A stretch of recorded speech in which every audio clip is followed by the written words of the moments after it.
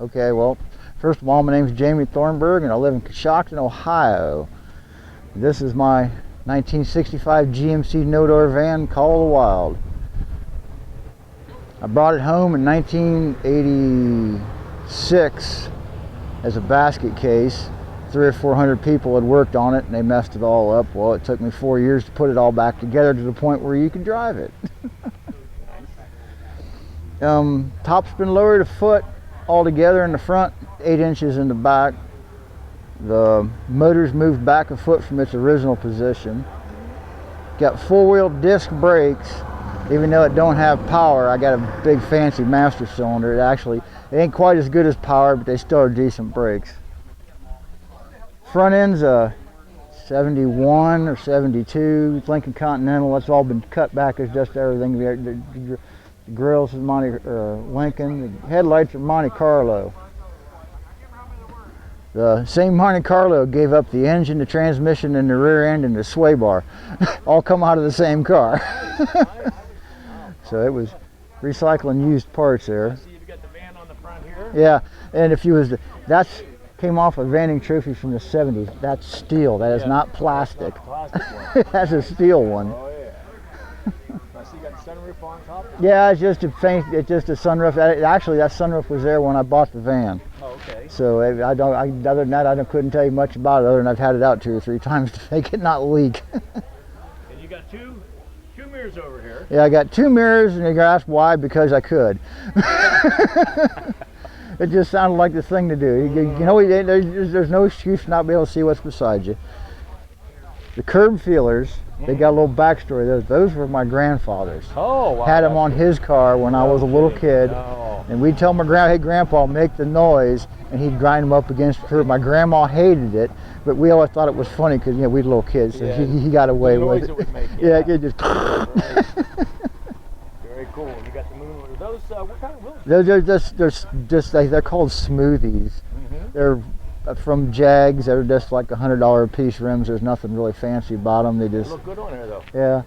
And everything's molded in. Yeah, everything's all as molded as you can get. And yeah, everything has been changed on it except for the dash and the door handles. So that's headlights, tail lights, the whole 9 yards. Yeah. Okay. And you got the Call of the Wild back here. Yeah, we got the Call of the Wild back here. And of course the infamous gas cap. Yeah, the Dodge gas cap that everybody has. Yeah. Everybody's got one. Oh yeah. Now who did the paint on this? I painted it white and did the stripes, and me and Harv, I can't think of Harv's last name right now, but he come to my house and we had a bunch of fun. We did these ones the first time, and then we did the ones on the other side the second time around. And you got some definite different tail lights on. Oh yeah, that's like I said, everything's changing except for the dash and the door handles.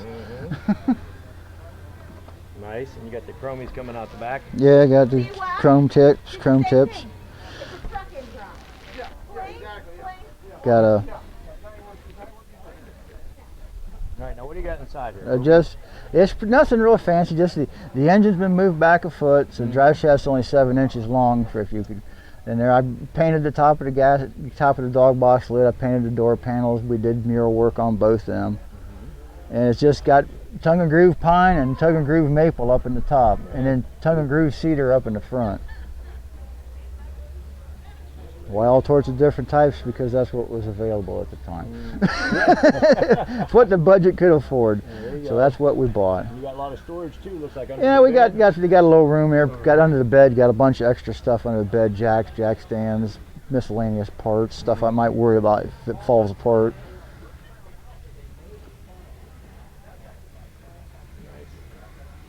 It's not perfect, but you know, if I could afford perfect, Customs would have done it. So, got to work with the budget you got, and that was the budget. Oh, that's good. Looks good, buddy. So just go with what you can do and just run with it the best you can. Tin Man did all the pinstriping for all the. Tin Man did the pinstriping. I know you know him, so. I was going to try to get him to do a little more, but I think he worked himself to the point he was done, so we'll have to catch him another time. Oh yeah, Call the Wild. Yeah, there are those that say, I put this one here, we put this one too far over. Might have, but you can only look at one side of the van at a time. So, nobody knows. Nobody's gonna know. Noticed. Nobody's Many gonna times have I seen it, I've never noticed that. Yeah. Okay, you want to see something really neat? Look at the front. How many miles you got on this now? How many miles? I don't know. I quit. I bought several years ago. I bought a brand new NOS dash assembly. It had 0 miles on it, and now there's like 5,000. Oh. If you stand here and look at the wing pillars, which one's straight up and down and which one's crooked? Oh, good question. Let's see. The one on the left. That's right. That one outside, yeah, that's straight up and down. The other one's that's the way it was put. That's the way the top was put on it. There's nothing like Yeah, no kidding. That's the way it was put together. Never noticed that before. But I did have to, when I first got the van home and got it worked on and stuff, this strange crack appeared up to one side. Ooh. Well, after I ground it all out, I discovered it was only welded in like 4 places. Oh. So I had to. That was the first winter project, was to get all that welded back together. This down here obviously is for more air. Oh yeah, that's just for every foot the van rolls forward, 8 cubic feet of air goes through the radiator. Wow. That's from a buddy of mine who does duct work and stuff like that. I don't know how he figured that all up, but that's what he told me. That's interesting. Very interesting. You get a shot of the inside there? Yeah, okay. Get your dash. I saw you got it all painted up too, and your doors. Yeah. Yeah, you did your doors up nice. Yeah. Yeah, Harv did these. Oh, okay. Yeah, I sprayed the clear coat on them, but he did all the waviness stuff on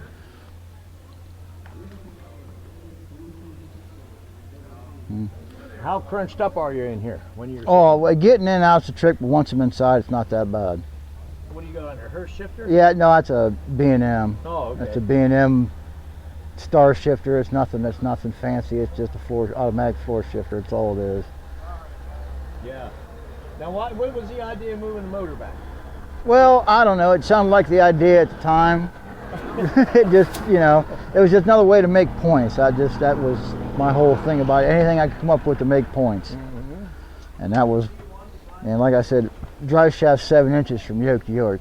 I got 2 chrome traction bars in it. They're cranked up as tight as they'll go, so the rear end don't twist, because it blows the U-joints apart when the rear end moves too much. Very nice. Yeah, the tongue and groove here, the cedar. My mom, she had this. My stepdad did this closet for her with all cedar tongue and groove, and that was leftover wood. Oh, that's cool. Yeah. She told me, so I got all this. I said, well, really? How much? So I don't know. I said, can I have it?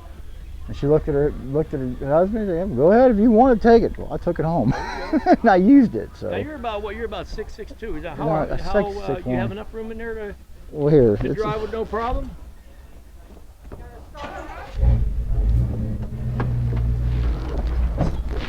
See, that ain't that bad. Oh yeah, oh you got plenty of room. Oh yeah, sounds good. Like I said, just got a small cam, we're like 3 or 4 steps up from stock. It's got hardly anything. Yeah. And well, you've been doing aluminum intake, lots of chrome parts. Yeah. So that's all chrome stock motor. Yeah, you've been to a lot of truck-ins with this thing. Oh yeah. We've seen it for years. A lot of truck-ins. Years and years and years.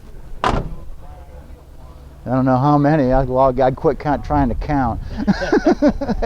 Get less. All right. Well, thanks for finally showing it to us, and thank you. Getting the story on it. Anything else you can think of that's? It's got the big. Like I said, the Monte Carlo gave up the engine, the transmission, the rear end, and the sway bar. It actually has a full Monte Carlo sway bar underneath it, with a 12-bolt, 8 7/8 ring geared rear end.